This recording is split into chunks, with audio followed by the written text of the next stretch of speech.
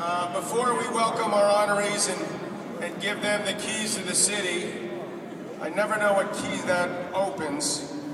Mayor Koch gave me the key to the city about 30 years ago. He thought I was a golfer, but that's another story.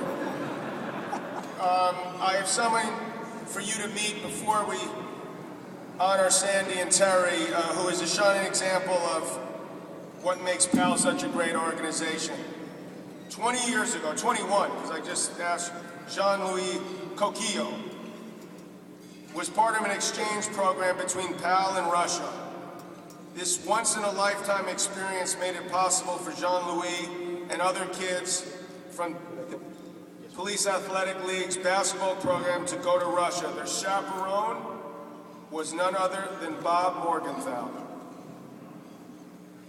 Just recently, Bob met Jean-Louis at a business function. Of course, Bob invited him to attend tonight.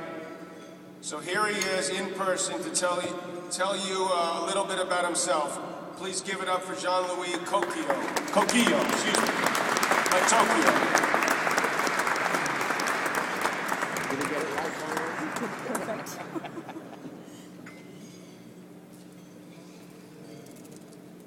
Thank you, Mr.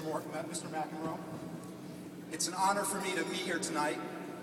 I'd like to personally thank Mr. Morgenthau for inviting me here tonight and for giving me an opportunity to stand here as a former PAL kid and publicly acknowledge the impact that the Police Athletic League had on my life.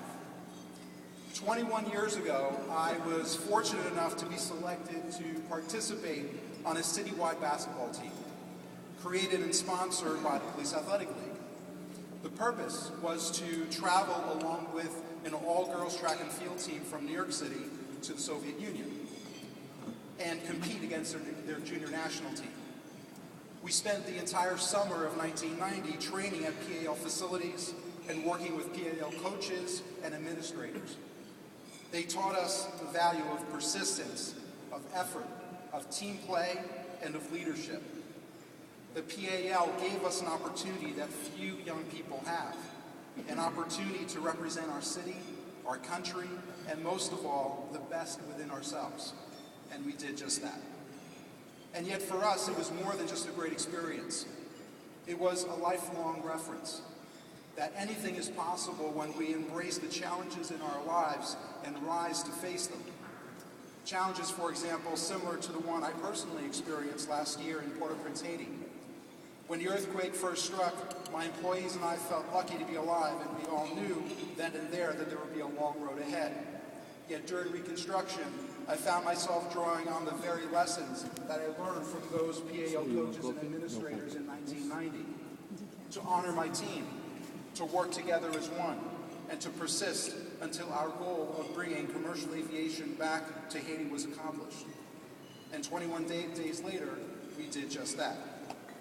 I happen to be the one up here tonight, but I represent many voices and many bright futures that were made possible by the Police Athletic League.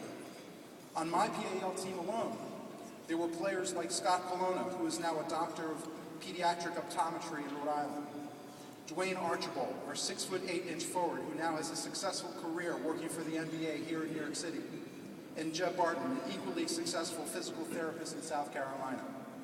I represent these voices, along with the voices of the tens of thousands of young men and women of this city who have directly benefited from Police Athletic League programs. It's because of this organization and because of the ongoing invaluable support of people like you here tonight that New York City youth are being given an enormous opportunity, an opportunity to grow and give the best of themselves for their city, their country, and their world. On behalf of all of us, I thank you.